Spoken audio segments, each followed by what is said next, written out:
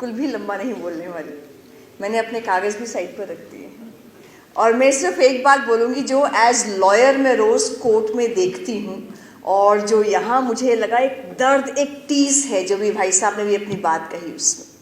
ये जो eco system है ना कम्युनिस्ट और इस्लामिस्ट का जो 1947 से चल रहा है, इसके कार्य कहीं ना कहीं दिखते हैं कि सक्सेसफुल और सफल हो रहे हैं। इको सिस्टम क्या है? हम लोग सब क्या है एक ही काम में लग जाते हैं। अच्छा ये ऐसे कह रहे हैं, हम इनको देखते हैं।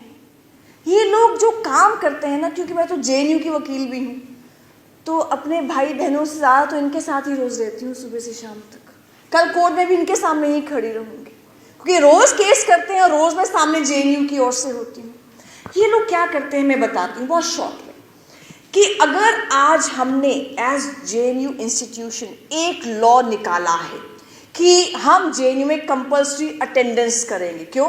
कि भैया मैक्सिमम लोगों को स्कॉलरशिप मिलती है 25,000 रुपये महीना और तुम लोग पढ़ने के लिए क्लास में भी नहीं आते, चलो क्लास में आओ।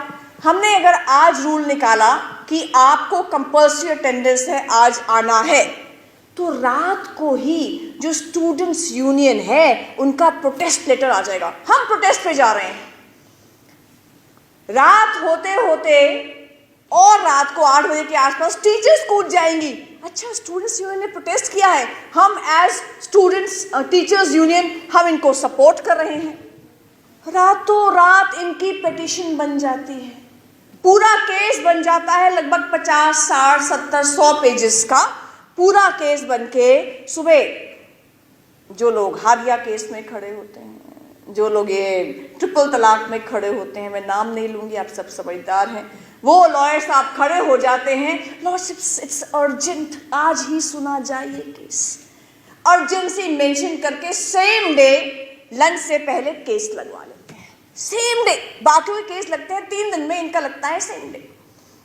केस लगता है तो हमें एक कॉपी सर्व होती है कि मोनिका जी ऐसे से केस फाइल हुआ है, आप आइए।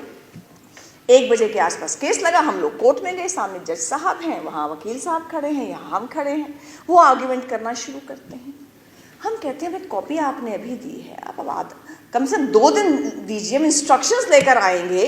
तो जज कहते हैं कि ठीक है आप इंस्ट्रक्शंस लेकर आइए, मैं कल दोबारा केस पोस्ट करती हूँ। जज साहब कहते हैं। हम जैसे ही लंच में अपनी चेम्बर में आते हैं, वायर, स्क्वेंट, स्क्रोल, जितने भी इनके हैं ये पत्र ऑनलाइन, उन पे 5-5 हज़ार वर्ड्स के आर्टिकल्स बने हुए आ जाते हैं नुपुर।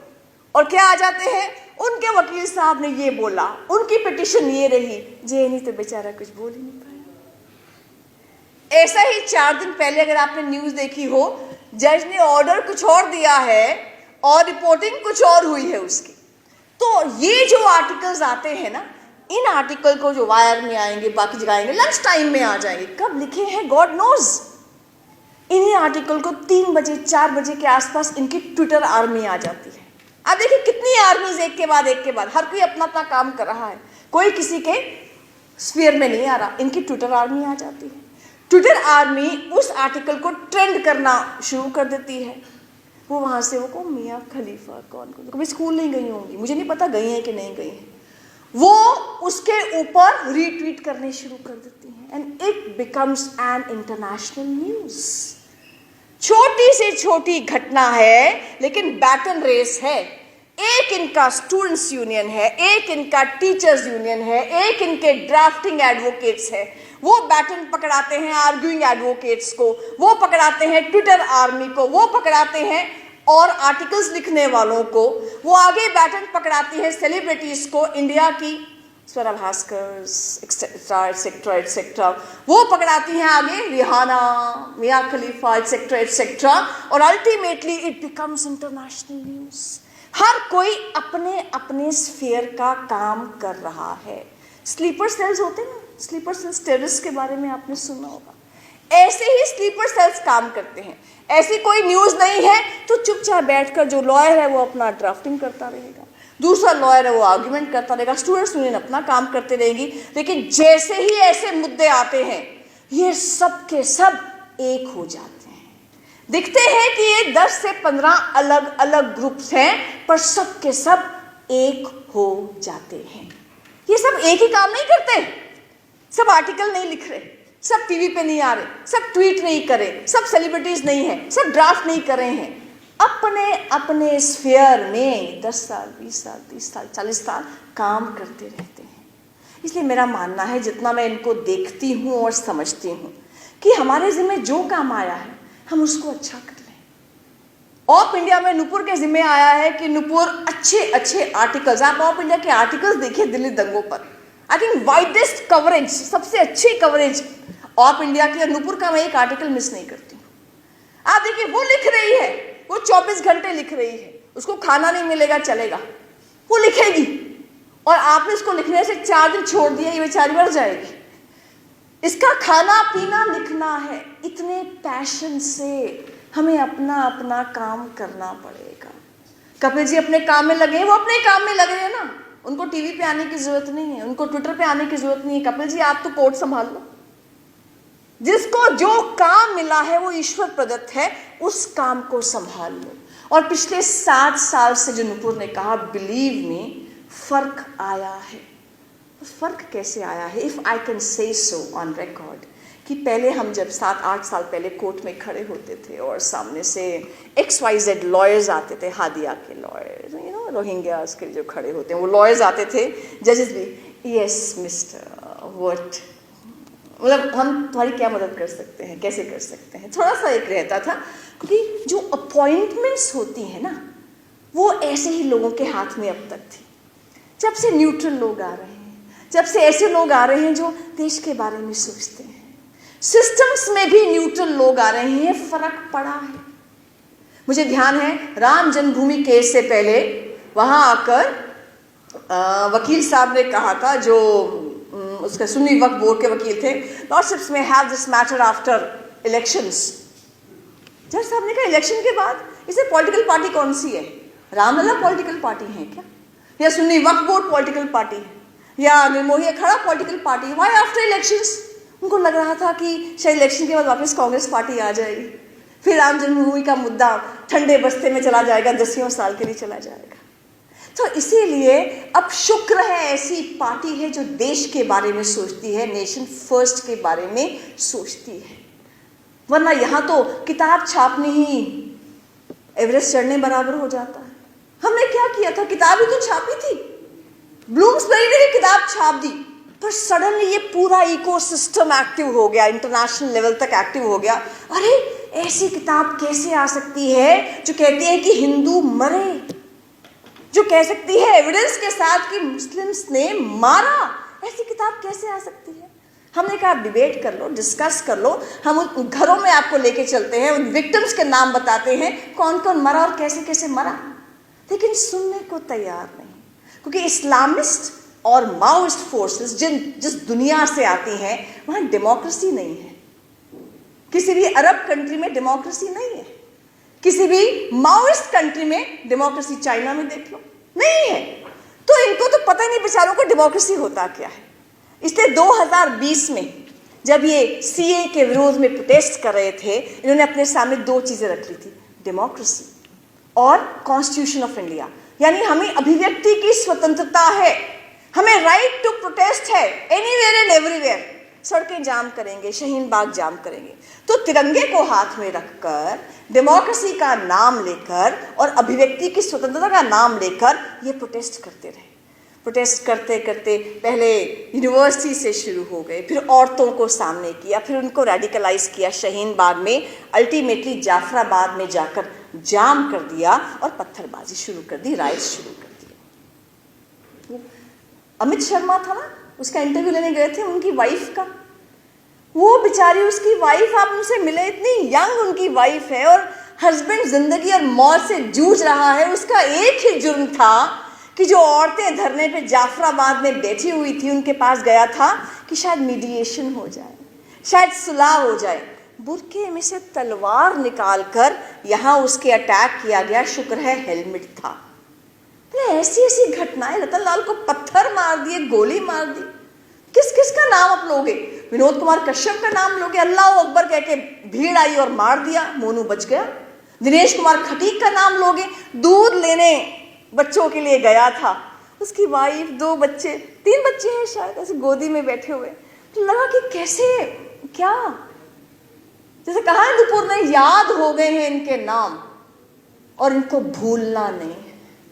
आज हम सबके इकट्ठे बैठने का मकसद है कि इनको भूलना नहीं है, क्योंकि 2020 में जो प्रयोग किया गया, सोची समझी साजिश की गई, वही रिपीट करने की कोशिश 2021 में की गई किसान आंदोलन के नाते। वैसे ही टूल किट, वैसे ही रिहाना, वैसे ही मियाँ खलीफा, वैसे ही सड़कें हाईवे जाम करना, वैसे ही क्या मोदी मरे, वैसे ही नारे सारे लगे, उसी टाइप से सुप्रीम कोर्ट को नहीं मानेंगे, सामने तिरंगा और कॉन्स्टिट्यूशन रखेंगे, 26 जनवरी को देश की ऐसी की तैसी कर देंगे, जब पूरी दुनिया देख रही है भारत का शौर्य।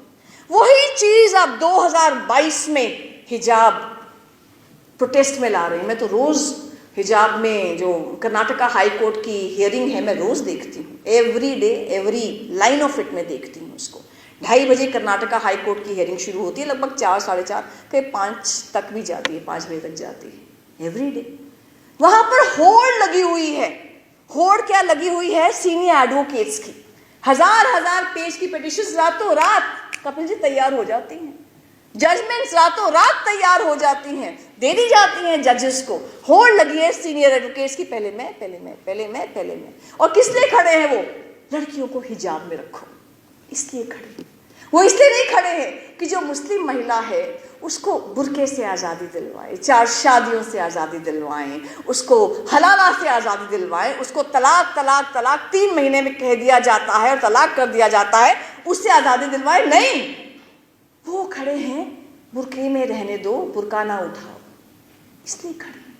और नाम वही ले रहे हैं, तिरंगा सामने होगा, हेड स्कार्फ करेंगे तो तिरंगे का करेंगे, हम कॉन्स्टिट्यूशन सामने रखेंगे, आर्टिकल 14 समानता की बात करेंगे, आर्टिकल 19 अभिव्यक्ति की स्वतंत्रता की बात करेंगे, और आर्टिकल 25, अरे 6, 7, 8, 10 साल के बच्चे बोलते हैं हमें तो संविधान ने राइट दी है। आप देखिए टेलीविजन पर 15-20 साल के, हमें संविधान ने राइट दी है कि हम बुर्का पहने, फंडामेंटल राइट टू वियर बुर्का। पढ़ा है आर्टिकल 25 कभी?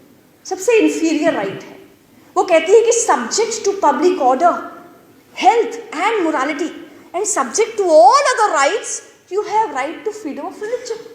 यानी आप, समानता है आपके पास, सम्मान है आपके पास, डिग्निटी है आपके पास, सारी राइट्स है आपके पास, उसके पब्लिक ऑर्डर, पब्लिक हेल्थ, इसको नुकसान नहीं होगा, तब आपके पास राइट टू फ्रीडम है। और जब बुर्के को हटा दिया है मुस्लिम कंट्रीज ने, कुरान में जिक्र नहीं है बुर्के का, ये एसेंशियल रिलीजियस प्रैक्टिस कहाँ से हो जाती है? लेकिन ये सब जानते हुए, अच्छा पढ़े लिखे लोग डिफेंड कर रहे हैं, अनपढ़ डिफेंड नहीं कर रहे हैं, लेकिन वही इकोसिस्टम आ जाता है। तो आखिरी बात, हमारा जो झगड़ा है ना, ये आप देखिए, अगर 2019 और 20 में ये प्रयोग हुआ था ना दिल्ली दंगों का, 2021 में किसान आंदोलन का, 2022 में हिजाब का आंदोलन का, और ये मान के चलिए, ये आज कहा है कोर्ट्स ने कि इस पूरी हियरिंग को जो हिजाब की है वो इसी हफ्ते में समाप्त कर देंगे। और जिस तरह की पूरी बहस चल रही है, 100% ऐसा लगता है कि तीनों जजेस जो हैं कर्नाटका हाई कोर्ट के, वो बोलने वाले हैं कि hijab is not essential to Islam, you don't have a fundamental right to wear hijab. तो जो गवर्नमेंट ऑर्डर है कि यूनिफॉर्म पहननी चाहिए, वो वैलिड है। ये तीनों चीज़ें आप मार्क कर दीजिए, ये तीनों चीज़ें लगता है ऑर्डर में आने वाली हैं।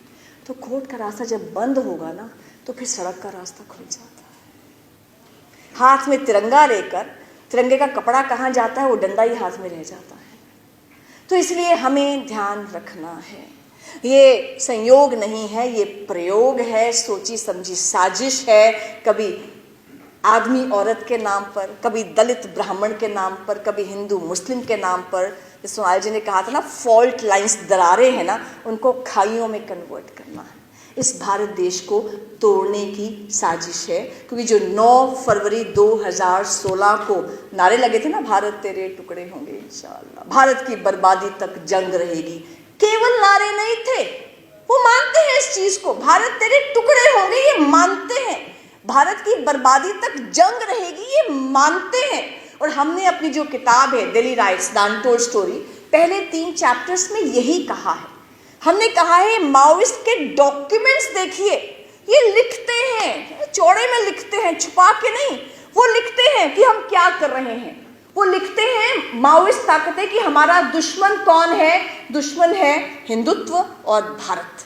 वो लिखते हैं कि हमें करना क्या है, कि हमें फ्रंटल ऑर्गेनाइजेशंस बनानी है, लॉयर्स की, जर्नलिस्ट की, प्रोफेसर्स की, एनजीओस खड़े करना है।